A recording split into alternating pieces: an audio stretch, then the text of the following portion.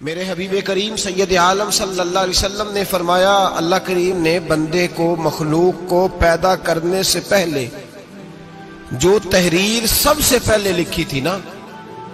اللہ نے اپنے پاس جو جملے سب سے پہلے لکھے تھے بندے بنانے سے بھی پہلے،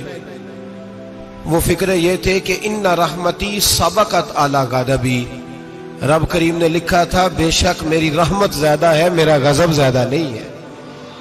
اس نے لکھا تھا کہ میری رحمت ہمیشہ میرے غضب پر غالب رہے گی، غلبہ رحمت کا ہے۔ سنیں بڑی پیاری حدیث، بڑی خوبصورت حدیث، کنز المال میں دیگر کتب احادیث میں ہے۔ حضرت ابو ہریرہ رضی اللہ تعالیٰ عنہ فرماتے ایک بابا جی نبی پاک کی بارگاہ میں آئے، اور جب وہ واپس جانے لگے تو میں نے عمر پوچھی تو عمر تھی 96 سال۔ کہتے ہیں بزرگ جب آئے نا تو یہ بھویں جو ہے نا ان کی سفید ہو کے تو یوں آنکھوں پہ آ گئی، بڑی چھڑی بابا جی نے پکڑی ہوئی اور دونوں ہاتھ پکڑ کے نا چھڑی کے اوپر جھکے ہوئے ہیں ایک جانب، قربان جاؤں۔ کہتے ہیں جب وہ بزرگ مسجد میں داخل ہوئے تو میرے رسول نے کھڑے ہو کے استقبال فرمایا، کھڑے ہو، اور نبی کریم صلی اللہ علیہ وسلم نے آگے بڑھ کے بابا جی کو بازو سے پکڑا اور بٹھایا۔ حضور بیٹھ گئے، کہا بزرگوں کیسے آئے ہو؟ تو کہتے ہیں وہ بابا جی بات کرتے تو آنکھ کھول کے پہلے حضور کا چہرہ دیکھتے، پھر وہ بات کرتے تو ان کے لب و لہجے کے اندر بڑی پریشانی، بڑی تکلیف، بڑی مایوسی۔ عرض کرنے لگے یا رسول اللہ، حضور زندگی ساری گناہوں میں بیت گئی ہے، حضور غلطیاں ہی غلطیاں، یاد ماضی عذاب ہے، یا رب چھین لے مجھ سے حافظہ میرا۔ اے اللہ کے رسول بڑی لمبی فہرست ہے، پاپ ہی پاپ ہے، کالے سیاہ دفتر ہے۔ یا رسول اللہ صلی اللہ علیہ وسلم جب پلٹ کے دیکھتا ہوں حضور مجھے نیکی دکھائی نہیں دیتی۔ حضور اس عمر میں آپ کا ایک صحابی ملا ہے، اس نے بات سمجھائی ہے تو تھوڑا خیال آیا ہے، لیکن یا رسول اللہ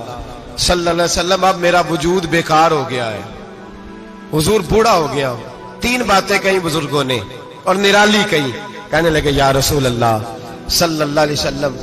حضور اب تو میری کمر بھی سیدھی نہیں ہوتی کہ میں نماز ہی صحیح ادا کر سکوں، بوڑھا ہو گیا ہوں۔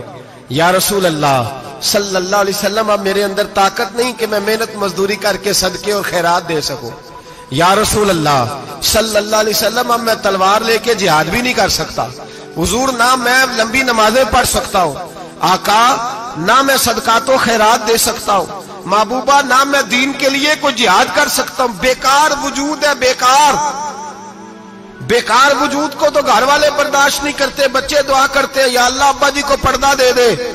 اماں کو پردہ دے دے، بیکار ہو گیا ہوں اور آج آیا ہوں تو مجھ بیکار کو میرا رب قبول کر لے گا؟ آج کلمہ پڑھوں تو بیکار ہوں، کسی کام کا نہیں، نہ نماز نہ صدقات نہ جہاد، قبول کر لے گا؟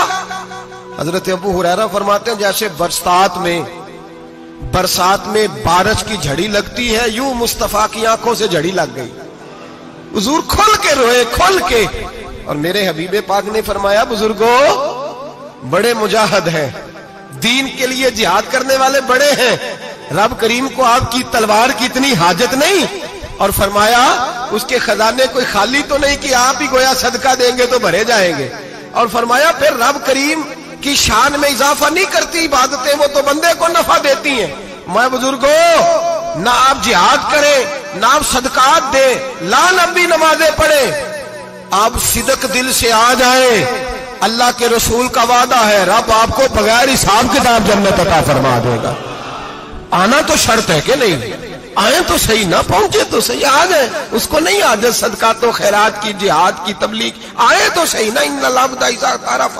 ثم تاب تاب اللہ علیہ، میرے حبیب نے فرمایا بندہ جب رو کے کہتا ہے نا یا اللہ غلطی ہو گئی معاف کر دے، فرمایا میرا مالک اسے فوراً ہی معاف فرما دیتا ہے۔ تو آ تو صحیح، تو آتا ہی نہیں، تو آ ہی نہیں رہا، تو گھر میں بیٹھا ہوا ہے، تو سویا ہوا ہے، تو دکانداری کر رہا ہے، تو پیسے گن رہا ہے، تو آیا ہی نہیں، آ تو صحیح۔ بلکہ میرے نبی پاک فرماتے ہیں جب اللہ پاک کا بھاگا ہوا غلام آتا ہے پھر تو اللہ زیادہ راضی ہوتا ہے۔